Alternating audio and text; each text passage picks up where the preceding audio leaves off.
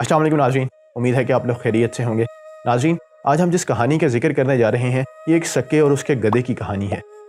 वाक़या कुछ यूँ है कि सक्का दरिया के किनारे से पानी अपने मशकीज़ों में भरता और गधे पे लाद के शहर ले आता, जहाँ वो बाज़ार में उस पानी को फ़रोख्त करता और उस पानी को फ़रोख्त करने से उसे कुछ पैसे मिल जाते, जिससे उसका और उसके घर वालों का गुजारा हो रहा था। लेकिन वो पैसे इतने मामूली थे कि वो गधे को अच्छा चारा नहीं खिला पा रहा था और ना ही उसके पास अच्छा चारा मौजूद था, जिसकी वजह से गधा जो है वो दिन ब दिन कमज़ोर होता जा रहा था और मशकीज़ें उठा उठा के उसके जिस्म पे ज़ख्म बन गए थे, जिसके इलाज करवाने के पैसे भी उस सक्के के पास नहीं थे। बाज़ार वाले उसे अक्सर कहा करते थे कि अपने गधे का ख्याल रखो, इसे अच्छा चारा खिलाओ, वरना किसी दिन ये मर जाएगा और तुम्हारे किसी काम नहीं आएगा।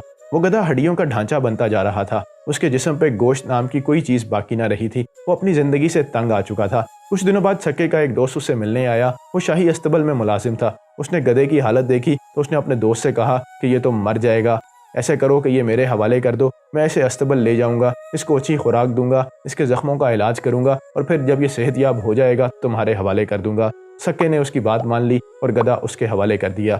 गधा जब शाही अस्तबल आया तो वो देख के हैरान हो गया कि दुनिया ही और थी। वहाँ आला नस्ल के घोड़े मौजूद थे, उनकी खिदमत के लिए मुलाजिम रखे हुए थे, उन्हें बेहतरीन खुराक दी जाती थी। कोई मुलाजिम उन्हें नहला रहा होता था, कोई उनकी मालिश कर रहा होता था। घोड़े सारा दिन मस्ती करते थे, कोई कामकाज नहीं था। गधा ये देख के बड़ा हैरान हुआ। उसने अल्लाह से कहा कि या अल्लाह, ये क्या है? एक इनकी ज़िंदगी है और एक मेरी ज़िंदगी है। मैं अपने मालिक का सामान भी ढोता हूँ और फिर मुझे खाने को कुछ नहीं मिलता, जबकि ये सारा दिन कुछ नहीं करते और मस्ती करते हैं और उन्हें बेहतरीन खुराक मिलती है। तूने मुझे घोड़ा बना के क्यों नहीं भेजा? फिर कुछ दिन गुजरे, दूसरी रियासत के बादशाह ने इस बादशाह की रियासत पे हमला कर दिया। घोड़ों को अस्तबल से निकाला गया, उन्हें तैयार किया गया और उन पर सवार बैठे और जंग के मैदान में चले गए।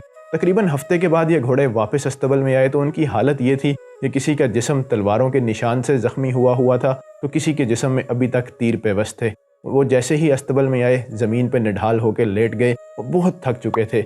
उनके पैरों को बांधा गया, उनके ज़ख्मों पर मरहम लगाई गई जिससे वो चीख रहे थे, और जब तीर निकाले गए तो उनके रोने और चीखने की आवाज़ें ऐसी थी कि वो गधा भी बर्दाश्त न कर सके। उसने फ़ौरन आसमान की तरफ नज़र उठाई और कहा कि या अल्लाह, मैं अपने कलमात वापस लेता हूँ। तेरा शुक्र है कि तूने मुझे घोड़ा बना के नहीं भेजा, गधा बना के भेजा है। मैं सामान ढो लूँगा, लेकिन ये ज़ख्म, ये तकलीफ़ें मैं ये बर्दाश्त नहीं कर सकता था। तेरा बहुत शुक्र है, मेरे कलमात जो मैंने कहे थे मुझे उन पर माफ़ कर दे। नाज़रीन, हम बचपन से पढ़ते आ रहे हैं कि हर चमकती हुई चीज़ सोना नहीं होती, लेकिन शायद हमने कभी उस पर यकीन नहीं किया और इसी वजह से शायद हमारा हाल भी इस गधे की तरह है कि हम जब भी अपने से आला दर्जे लोगों को देखते हैं तो हम उनके ज़िंदगी गुजारने के तर्ज़ अमल से मगलूब हो जाते हैं और हम भूल जाते हैं कि उन पर क्या क्या मुश्किलात और परेशानियां हैं। हम सिर्फ उनकी राहत हासिल करना चाहते हैं और हम अपनी ज़िंदगी की सिचुएशंस, हालात से मायूस हो जाते हैं कि या अल्लाह, तूने हमें ऐसा क्यों पैदा किया और उनको वैसा क्यों पैदा किया, हम उनकी जगह पे क्यों नहीं हैं। लेकिन नाज़रीन, अल्लाह की इस तकसीम से नाखुश होना ही दरअसल हसद कहलाता है। अगर हम उनकी जगह होते तो हो सकता है कि वो बोझ जो वो उठा रहे हैं हम में उठाने की इस्तात ही ना होती। इसलिए हमें चाहिए कि हम सब्र शुक्र करें और अपनी ज़िंदगियों को बेहतर करने के लिए मेहनत करें और हसद से बाज रहें। उम्मीद है आपको आज का वाक़या पसंद आया होगा।